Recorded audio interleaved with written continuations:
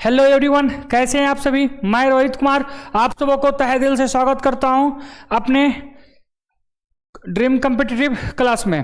ठीक है ना। तो आप सब बाबू तेजी में क्या कीजिए, शेयर कर दीजिए अपने मित्रों के पास। और जो हम इंडियन पॉलिटी के जो क्लास को लेके चल रहे थे उस क्लास को क्या करते हैं बाबू, हम फिर आज उस कड़ी को आगे बढ़ाते हैं। ठीक है ना। तो जो लोग पीछे क्लास नहीं किए हैं, जो लोग पीछे वाला क्लास नहीं किए हैं, उनको थोड़ा सा कर लीजिएगा, क्योंकि हम अनुच्छेद 1 से 20 तक थोड़ा पूरा पढ़ा दिए थे। ठीक है ना। अनुच्छेद 1 से 20 तक हो चुका था और आज जो हम हैं 21 से अनुच्छेद लेकर के चलेंगे। तो आप सब तेजी में क्या कीजिए बाबू, एकदम तेजी में शेयर कर दीजिए अपने मित्रों के पास और इस क्लास का लाभ उठावें। एक बात और बता दें आपको, हम कोशिश करेंगे कि ज़्यादा से ज़्यादा आपको हम समझाने की प्रयास कर सकें। ठीक है ना। गुड इवनिंग बाबू, गुड इवनिंग। तेजी में आप सब शेयर कर दीजिए और तेजी में शेयर कर दीजिए। ठीक है, क्योंकि आज क्लास और ज़्यादा वेस्ट होने वाला है। ठीक है ना। तो अनुच्छेद 20 जो हम देखे थे, अनुच्छेद 20 में हम सब देखे थे, जो जिस व्यक्ति को कोई गुनाह किया है तो उस गुनाह जो करेगा तो उस गुनाह को उसी टाइम के कानून के हिसाब से उसको सजा देंगे।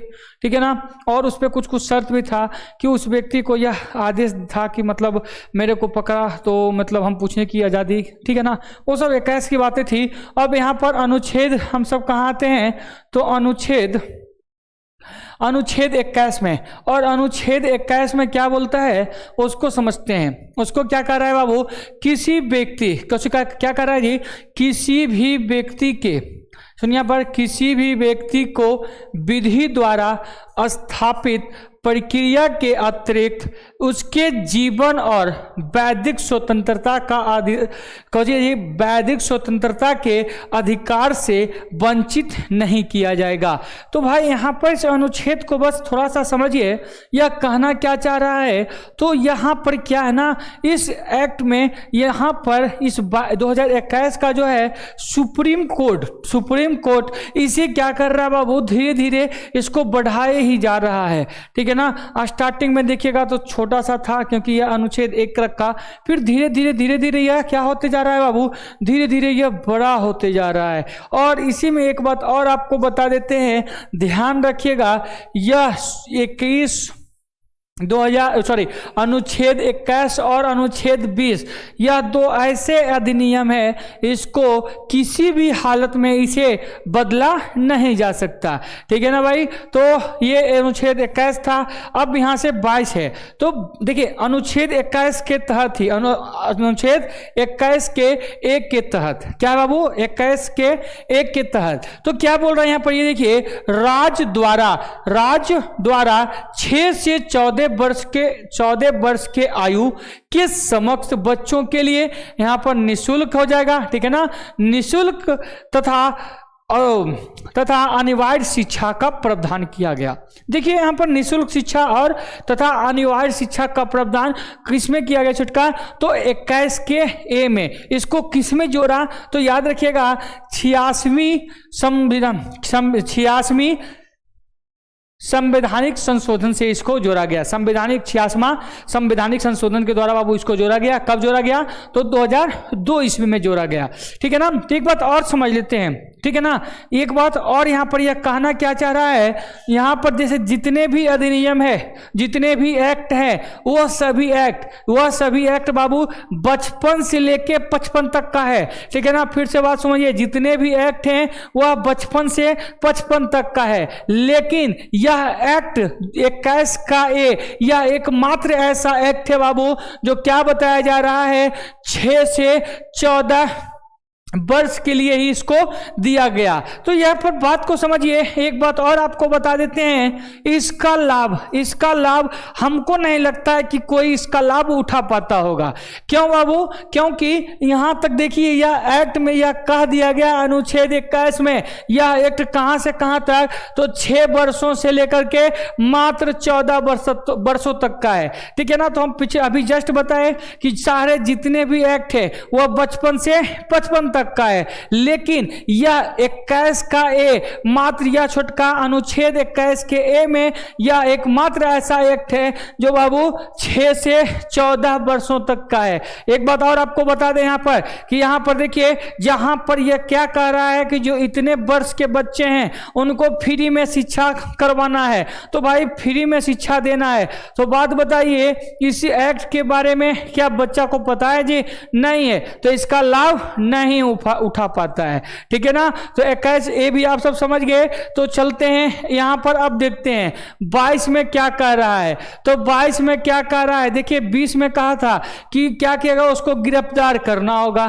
ठीक है ना। अब देखिए एक बात बताऊं, जैसे कोई व्यक्ति कोई गुनाह करता है, ठीक है ना, तो 20 में कहता है गुनाह करेगा और 22 में क्या कहेगा बाबू, हिरासत में लेगा। तो पहले देखिए यहां पर बच्चा कंफ्यूज रहता है। क्या कंफ्यूज रहता है कि पहले कौन होगा? तो याद रखिएगा 20 पहले है, तो 20 में गुनाह करेगा, 20 में गुनाह करेगा और 22 में उसको क्या करेगा, गिरफ्तार करेगा। तो यहां पर क्या कह रहा है, अनुच्छेद 22 में क्या कह रहा है, अगर किसी भी व्यक्ति को मन माने ढंग से, ठीक है बाबू, हिरासत में लिया गया है, तो हिरासत में लिया गया है तो उसे 3 प्रकार की स्वतंत्रता प्रदान की गई है।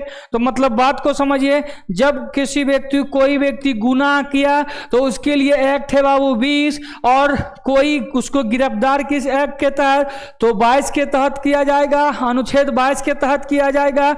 और बाबू एक बात और आपको यहां पर बता देते हैं, क्या बता रहे हैं हम आपको, जो व्यक्ति गुनाह किया और जब किसी व्यक्ति को गुनाह करके हिरासत में लिया जा रहा है तो उस व्यक्ति को 3 प्रकार की स्वतंत्रता दिया गया है, जिसमें सबसे पहला स्वतंत्रता है बाबू, उस व्यक्ति को यह अधिकार दिया गया है कि आखिर हमें किस आधार पर आप हमको पकड़ रहे हैं, गिरफ्तार कर रहे हैं। ठीक है ना। तो पहला देख लीजिए, हिरासत में लेने के कारण बताना होगा। तो भाई जो गिरफ्तार करेगा वह पुलिस वाला या वह अधिकारी उसको बताएगा कि तुम बाबू इस दंड के हिसाब से हम तुमको क्या कर रहे हैं, गिरफ्तार कर रहे हैं। दूसरा क्या कहा जी, 24 घंटे के अंदर उसे दंडाधिकारी के समक्ष पेश करना होगा।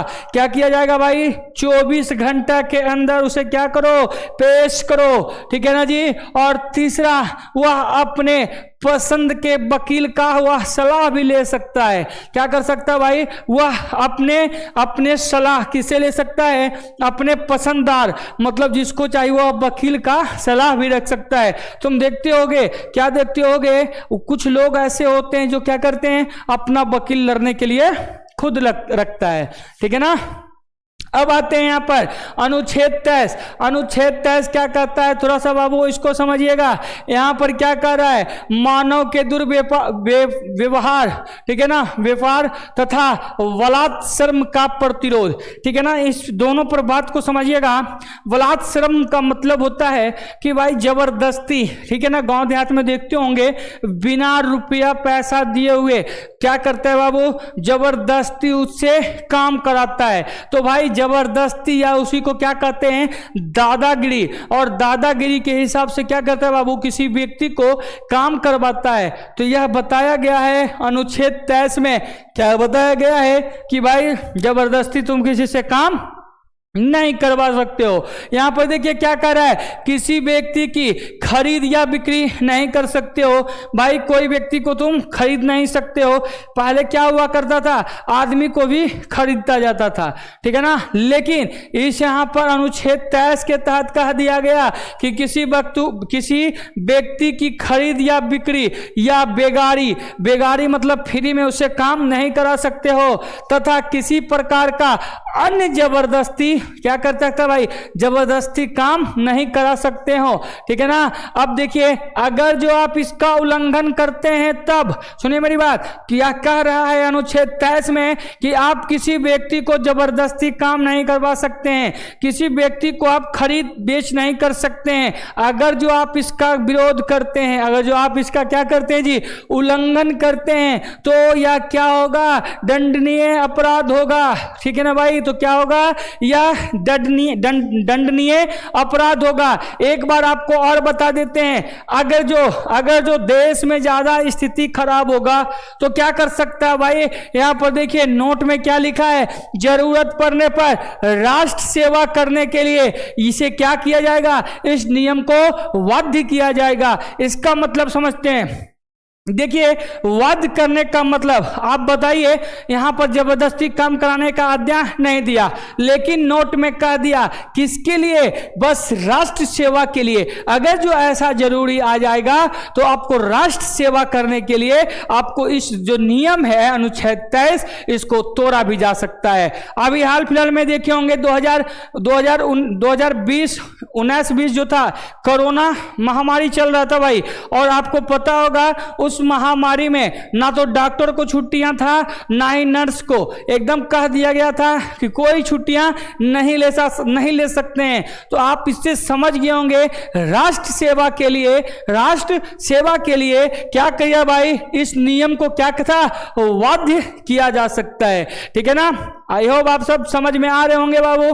तो आप सब तेजी में क्या कीजिए, तो अपने मित्रों के पास शेयर कर दीजिए और लाइक बटन मत लगाना भूलिएगा, क्योंकि देखिए लाइक से ही मेरे को पता चलता है कि जो इससे हम जिस प्रकार आपको समझाना पा रहे हैं आपके पास ये बातें पहुंच पाती ही कि नहीं। ठीक है ना, तो बाबू हम फिर से क्या करते हैं, 23 देख लिए। अब देखिए अनुच्छेद 24 क्या बोल रहा है भाई, अनुच्छेद 24 में कहता है 14 वर्ष से कम आयु वाले किसी बच्चे को कारखाने और बड़े खानों या अन्य किसी जोखिम काम पर नियुक्ति नहीं किया जा सकता। देखिए एक बात बताते हैं, अनुच्छेद 24 में यह बता रहा है कि जो व्यक्ति 14 वर्ष से नीचे का है उसे कारखानों में काम नहीं रखना है, और भाई और क्या कर रहा है, और जोखिम भरे काम को भी करने देने की इजाजत नहीं देता है।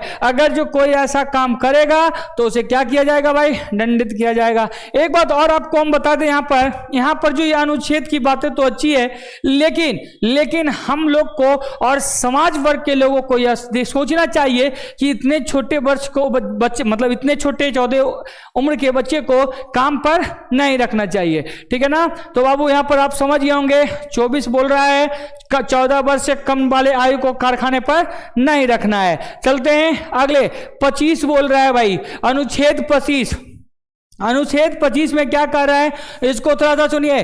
कोई भी व्यक्ति किसी भी धर्म को मान सकता है और उसका प्रचार प्रसार कर सकता है। देखिए बात को समझिए, अनुच्छेद 25 क्या कह रहा है भाई, कोई भी व्यक्ति किसी भी धर्म का प्रचार प्रसार कर सकता है या कोई भी धर्म को वह मान सकता है। वह किसमें बताया बाबू, तो अनुच्छेद 25 में बताया है। क्या बताया जी, अनुच्छेद 25 में बताया है कि कोई भी व्यक्ति किसी धर्म को मान भी सकता है या उसका प्रचार कर भी सकता है। तो यह हम अनुच्छेद 25 से देखते हैं। अब यहां पर देखिए भाई, यहां पर क्या कह रहा है, अनुच्छेद 26 क्या बोल रहा है भाई, अनुच्छेद 26 यहां पर क्या है, यहां पर एक बात और सुनिए।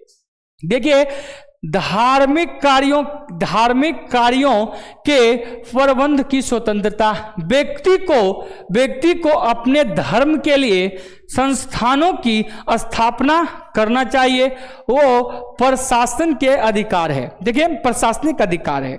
तो यहां पर यह बात क्या रहा है जी, 25 में बोल दिया कि आप कोई भी धर्म को मान सकते हैं। 25 में क्या कह दिया बाबू, आप कोई भी धर्म को मान सकते हैं। भाई जब धर्म मानेंगे तो धर्म के बाद कोई भी आप संस्था बना सकते हैं। किसके लिए, धर्म पर। किस पे बाबू, धर्म पर। ठीक है ना, तो भाई इसमें 26 में कह रहा है कि धार्मिक कार्यों का प्रबंधन की स्वतंत्रता यह बताता है कि आप कोई भी धर्म की क्या कर सकते हैं, चुटका संस्थानों की स्थापना कर सकते हैं।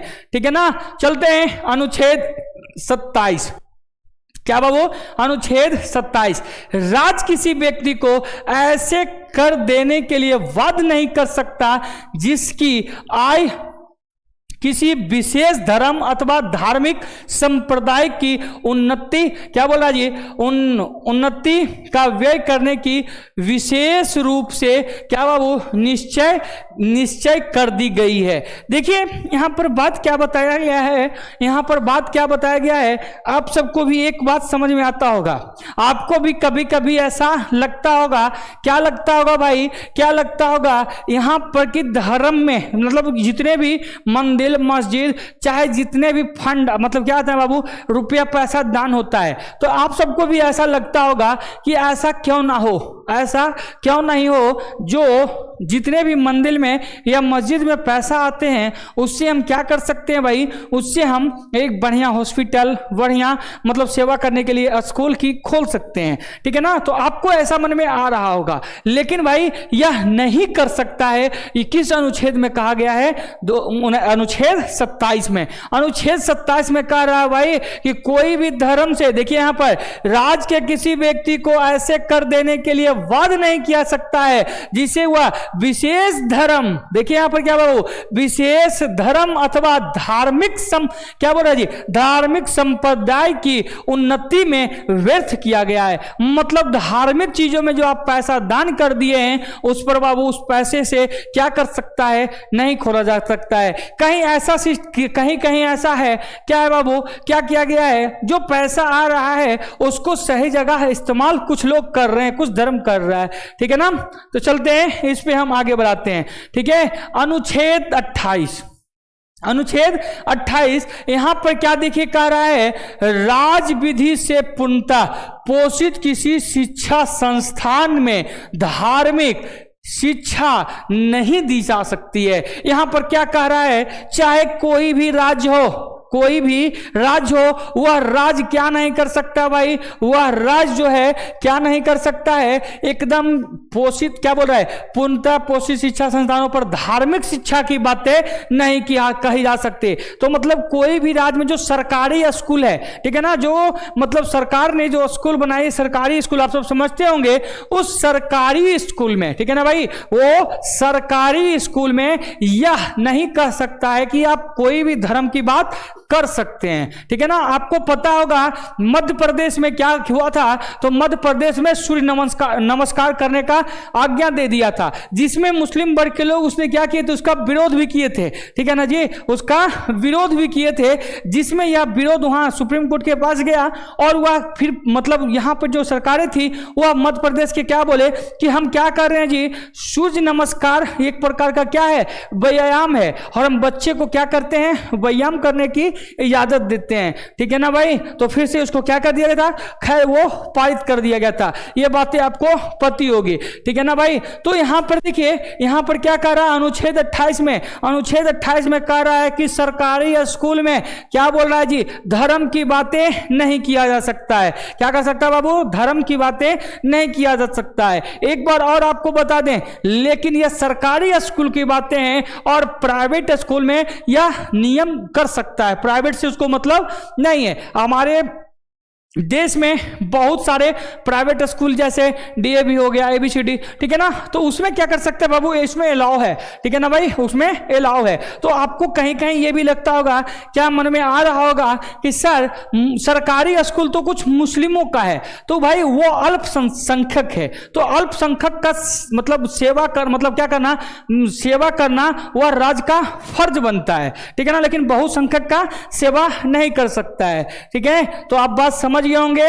आओ देखिए क्या बोल रहा है इसके बाद, ऐसी शिक्षण संस्था अपने विद्यार्थियों को किसी धार्मिक अनुष्ठान में भाग लेने में बाध्य नहीं कर सकता। एक बात और बता देते हैं, आपको पता होगा मध्य प्रदेश के जो थे मुख्यमंत्री, उन्होंने यह भी कह दिया था, क्या कह दिया था कि हम सूर्य नमस्कार करने के लिए किसी को जबरदस्ती नहीं कर रहे हैं, जिसको करने का मन है वो करेगा, जिसको करने का मन नहीं है वो नहीं करेगा। तो बात को आप समझ गए होंगे। अनुच्छेद 28 क्या कह रहा है भाई, भाई, तो अनुच्छेद 28 क्या कह रहा है, तो अनुच्छेद 28 कह रहा है राज्य में, ठीक है ना, कोई भी राज्य का व्यक्ति या कोई भी मतलब कोई भी राज्य में जो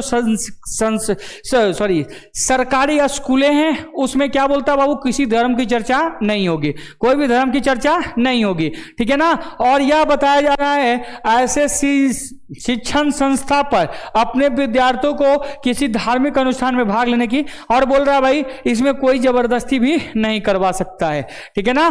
चलते हैं अनुच्छेद 29, तेजी में देखिए अनुच्छेद 29, एक मिनट, ठीक है बाबू। अनुच्छेद 29 हम सब देखेंगे आज। तो अनुच्छेद 29 में क्या कह रहा है, इसको देखिए, अल्पसंख्यक हितों की संरक्षक कार्य तथा अल्पसंख्यक वर्ग की भाषा, लिपि, संस्कृति सुरक्षा कर सकता है। देखिए एक बात और बता देते हैं, यहां पर कह रहा है क्या, जो अल्पसंख्यक, ठीक है ना जी, जो अल्पसंख्यक हैं उनके हितों की संरक्षण करना होगा, मतलब करने की पूरी छूट देगा। क्या करेगा भाई, पूरी छूट देगा। वह क्या करेगा, अल्पसंख्यक जो है अपना वर्ग में भाषा, लिपि और संस्कृत सुरक्षा रखने के लिए आप क्या कर सकता है, इसको चालू कर सकता है। इसमें कोई बात नहीं, उसमें कोई दिक्कत नहीं है। केवल भाषा, जाति, धर्म और संस्कृति के आधार पर उसे भी सरकारी शैक्षणिक संस्थानों में प्रवेश पे नहीं रोका जा सकता है, ठीक है ना भाई। देखिए एक बात और आपको बता देते हैं, किसी के मन में आ रहा होगा कि ये दो वाला सिस्टम अच्छा नहीं है, ठीक है ना, तो मेरी बात को आप सब ध्यान सुनिएगा। अल्पसंख्यक कहने का मतलब ये समझिए, जैसे किसी भी व्यक्ति के 5 बेटा है भाई, तो 5 बेटा में 4 बेटा एकदम सही है, भरल पूरल है, और एक बेटा बाबू थोड़ा कमजोर है, आर्थिक स्थिति उसका कमजोर है, तो पिता का फर्ज बनता है कि जो बेटा एक है उस बेटा को इस चारों के बराबर करना है। तो भाई यहीं पर अल्पसंख्यक की बातें किया गया, और अल्पसंख्यक की सेवा करना हमारे धर्म की बात है। भारत इसकी इजाजत, सरकार इसकी इजाजत देता है, ठीक है ना, क्योंकि बहुसंख्यक की क्या करना भाई, मदद नहीं किया जा सकता है, ठीक है ना। चलते हैं, तो 30 में आप सब समझ गए होंगे कि अल्पसंख्यक के जो भी लोग हैं वो अपने हित में बात कर सकते हैं, वह क्या कर सकते हैं जी, वो अपनी भाषा, लिपि सुरक्षा रख सकते हैं, इनमें कोई दिक्कत नहीं है। इसका कौन शासक देगा भाई, तो इसका साथ सरकार देगी, ठीक है ना। तो यहां पर देखिए क्या लिखा हुआ है, शिक्षा संस्थाओं की स्थापना तथा प्रशासनिक करने की अल्पसंख्यक वर्गों का अधिकार दिया गया है। तो अभी हम जस्ट बताए, जो अल्पसंख्यक हैं, अल्पसंख्यक को क्या कह रहा है भाई, शिक्षा तथा प्रशासनिक का मतलब वर्गों का अधिकार इसमें दिया गया है। 30 में बताता है, जैसे यहां पर क्या कह रहा है, देखिए कोई भी अल्पसंख्यक वर्ग अपनी पसंद के शैक्षणिक संस्था चला सकता है। देखिए कोई भी वह संस्था चला सकता है, ठीक है ना, उसमें क्या करेगा, संस्था चला सकता है, और सरकार उसे अनुदान देने में किसी भी तरह से भेदभाव नहीं करेगा। जस्ट अभी हम यही बात बताए, क्या बताए जी, किसी व्यक्ति के कितने बेटे हैं, 5 बेटे हैं, जिसमें 4 बेटा एकदम भरल पूरल है, एक बेटा आर्थिक स्थिति उसका कमजोर है, तो उस पिता का फर्ज बनता है कि अपनी पूरी संपत्ति में ज्यादा किसे दे, तो ज्यादा जिसका आर्थिक स्थिति कमजोर है उसे दे। तो यहीं पर बाबू क्या बोल रहा है जी, अल्पसंख्यक की सेवा करना है। तो अगर जो बहुसंख्यक की सेवा करेगा भाई, तो फिर या तो बन जाएगा जंगल राज, क्या बन जाएगा भाई, जंगल राज बन जाएगा, ठीक है ना। तो 30 भी आप सब समझ गए। चलते हैं, यहां पर देखिए अनुच्छेद 32 क्या कहता है, ठीक है ना। यहां तक जो हम बताए छुटका, आपको पता होगा 14 से लेकर के 32, ठीक है ना, याद रखिएगा, पूरा एकदम रिवीजन करते हुए रहिएगा। 14 से 32 तक क्या कहता है, तो 14 से 32 जो हो गया बाबू, या मूल अधिकार या मौलिक अधिकार की बात करता है, ठीक है ना। तो यहां पर देखिए 2 बात है, यहां पर हम 2 चीजों लिख कर रखे हैं, अनुच्छेद 32 और अनुच्छेद 226। तो भाई यहां पर 2 है, अनुच्छेद 32 किसके लिए, तो सुप्रीम कोर्ट के लिए, और अनुच्छेद 216 किसके लिए, तो बाबू यह हाई कोर्ट के लिए। यहां पर 2 नियम जारी कर सकता है, ठीक है ना। तो एक बात और देखिए, यहां पर आपको क्या बोल रहा है जी, मौलिक अधिकारों को लागू करने के उच्चतम न्यायालय में आवेदन देने का देने का अधिकार प्रदान है। तो एक बात और बता देते हैं, उसी प्रकार से ये 5 रीट जारी करता है। राज्य में करेगा कौन? तो हाई कोर्ट, लेकिन केंद्र से करेगा तो कौन? Supreme court. देखिए बाबू, पहला बात क्या कर रहा है? बंदी प्रत्यक्षीकरण। एक बात बताए थे आपको, बताए थे गिरफ्तार होने के बाद, सॉरी, किसी व्यक्ति गुनाह करेगा, गुनाह करने के बाद गिरफ्तार होगा, और गिरफ्तार अगर जो 24 घंटे तक अगर जो अपने ही अदालत में पेश कीजिएगा, यही बोल रहा है जी हाई सुप्रीम कोर्ट कह रहा है, बंदी प्रत्यक्षीकरण को क्या करो? मेरे पास पेश करो। पहला में क्या कर रहा है भाई? पहला रीट जारी कर रहा है 32 में। सुप्रीम कोर्ट की क्या कर रहा है भाई? अपने निचले स्तर को क्या कर रहा है जी? बंदी प्रत्यक्षीकरण को क्या करो? मेरे पास जल्द से जल्द क्या करो? पेश करो। दूसरा देखिए, यहां पर देखिएगा, जो नहीं समझ रहे हैं तो यहां पर एक सेकेंड आपको दिखा देते हैं, ठीक है ना? एक सेकेंड, तैस हो गया यहां एक बहस।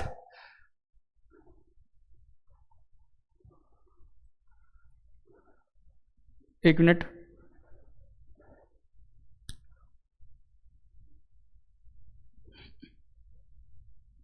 देखिए 22 में ही कहा था बाबू, 24 घंटा के अंदर क्या करना है? उसे दंडाधिकारियों के पास जमा करना है, मतलब पेश करना होगा। अगर जो पेश नहीं करेगा भाई, तो यही बोल रहा है, यही एक्ट में यहां देखिए बोल रहा है, क्या बोल रहा है भाई? तो यहां बोल रहा है अनुच्छेद 32 में, यहां कौन बोल रहा है जी? उच्चतम न्यायालय क्या बोल रहा है? सुप्रीम कोर्ट कर रहा है बंद, जो 24 घंटा में अगर जो तुम नहीं पेश कर, उसी बोल रहा है जी बंदी प्रत्यक्षीकरण करो। मतलब क्या करो? जो गुनाह किया उसको 24 मेरे पास जल्द से जल्द पेश करो। उसके बाद यहां पर देखिए, यहां पर एक सेकेंड, यह मेरा परम आदेश है, इसको तुमको मानना पड़ेगा, ठीक है ना? तो सबसे पहले क्या कहा भाई? तो सबसे पहले कहा बंदी प्रत्यक्षीकरण, ठीक है जी, उसको जल्द से जल्द मेरे पास पेश करो। दूसरा बात क्या कहा जी? परम आदेश, यह मेरा आदेश है, इस आज्ञा को पालन करो।